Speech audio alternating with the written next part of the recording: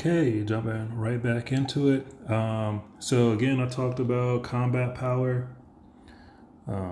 Again, remember power overall, you're going to grow up, mainly just talking about your F1, and then growing out, talking about F2 through F5 and all the other things that you can add to that.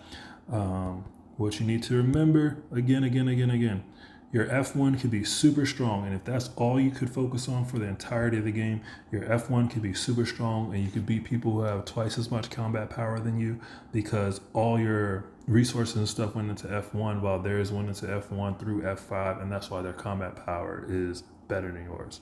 Basically, at a certain point, combat power is just a multiplier of how many versions kind of F1 you have. A quick or a basic way to look at this is vehicles. Yeah. All right. So this person has 1, 2, 3, 4, 5, 4 max vehicles. Oh no, wait. 1, 2, 3, 4, 5.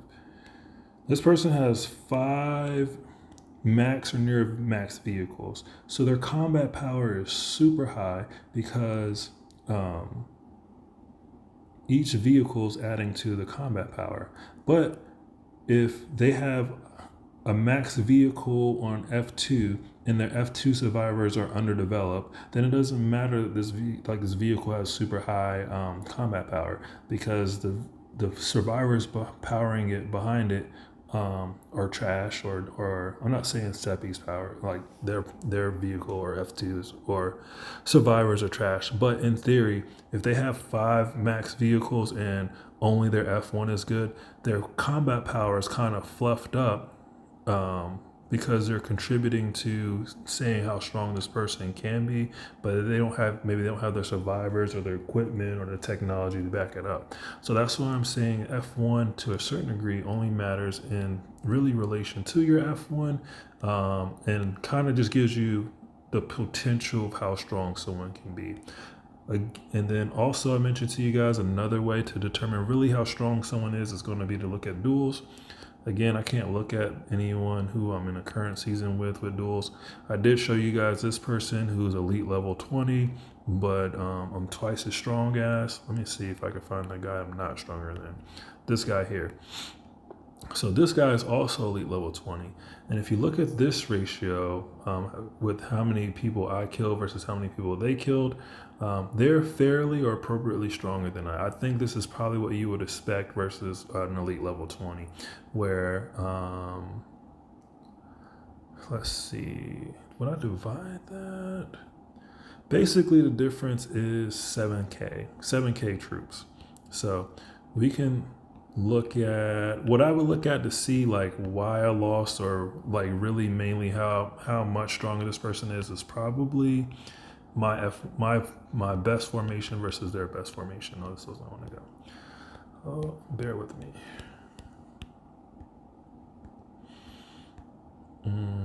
This is my F2 versus their F2, which would be a good comparison also. But my F1 versus their F1, is this it? Yeah.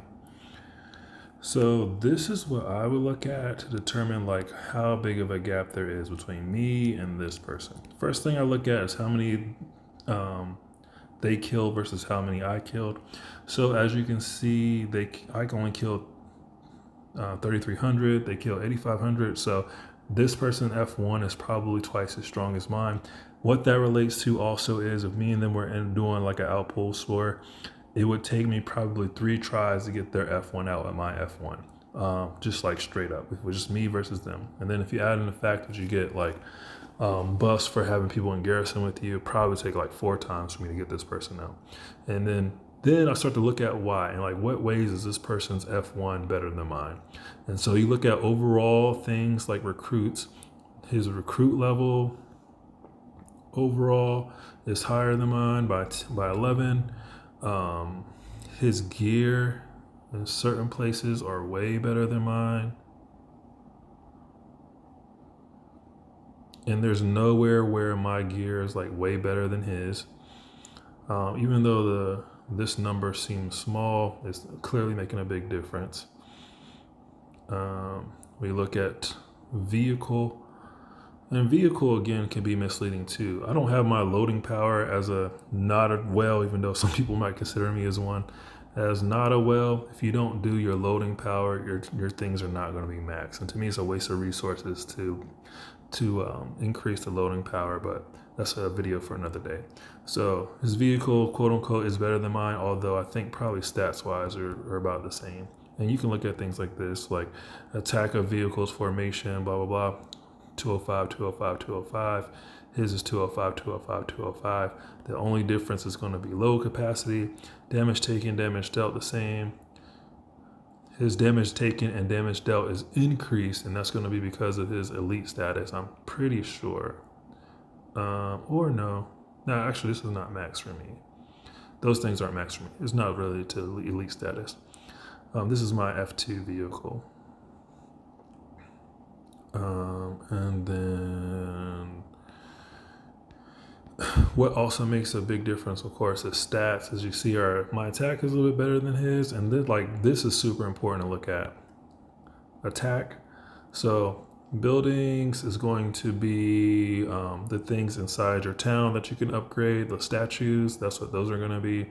Technology, self-explanatory. Survivors is going to be the equipment plus what level your survivor is. Clan stuff, self-explanatory. Elite status, again, this is like a level 20 perk to have this increase in attack. Appearances is your town hall skins. As you can see, he has 90% almost more in appearances. And one thing I'm having a little bit of difficulty kind of figure out is like, how the hell is that shit so high? But if you look at appearances, you gotta look at stars. So essentially, it's 5% every 3. So if you divide 90 by 5, you get 14, I believe. No, 95, 148. You get 18. Of course, there's not 18. There's no way this person has 500 stars. Like, no fucking way. So what also goes into the appearance, of course, is the percentage that you get when unlocked. So it's not exactly 18 more skins than I have or whatever. Let's say whatever.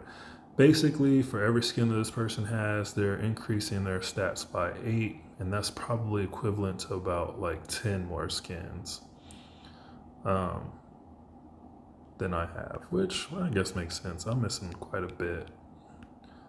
1, 2, 3, 4, 5, 6, 7, 8, 9. Yeah, they probably have most of these level 6s that I don't have because I'm just a regular guy with a big account. But yeah, so let me go back. What the hell? Just looking at duels.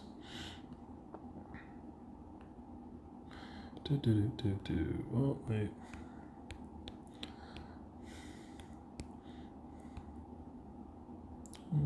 This one, okay. Too many rounds, probably. We'll be wrapping this video up pretty soon, but I just wanted to show you guys how to read a good duels report. Because this all is helpful in determining how well you'll do in the season. So my recruits are better than his. My work hard is about even though it says lower, but it's 10%. It's not that much to make up. So yeah, basically his appearance being 90% higher than mine, and you'll see that across the board. And that's how you know he just has more skins that I have, because those are equal across the board. Attack, defense, and health, and appearances, because like I said, each skin you get, especially those 6 stars ones, raises your stats by however many much, 3% every time you get one, and then plus 5 for every 5 stars you get. That's increased about 8 per skin, kind of. But yeah, so that's why this person's better than me. I'm sure if I had a 90% increase in stars, will be about equal. But then it still would be an uphill battle with me being elite level 18, because they are elite level 20 and can have 40% more troops in their in their F1. And I guess another good way to read that is seeing how many troops they started off with versus me. Well, it's only 5,000 more troops, but that's still a lot. 5,000 troops is a lot. If you look at any dog skill that increases troops, those are the ones that give you the most power as far as your dog is concerned. All right, so I covered combat power, covered reading duels. When the season actually starts, I'll do another video so I can show you guys how to read the duels against people I'm actually going against, and then we'll go from there. I'm going to do another video on how to assess the power of your server or the servers you're going against, and then however many videos that takes, and then I'll do another video or two on how to know what to focus on in order to be competitive in your new season. All right, that's it for this one. I'll talk to you guys in a few.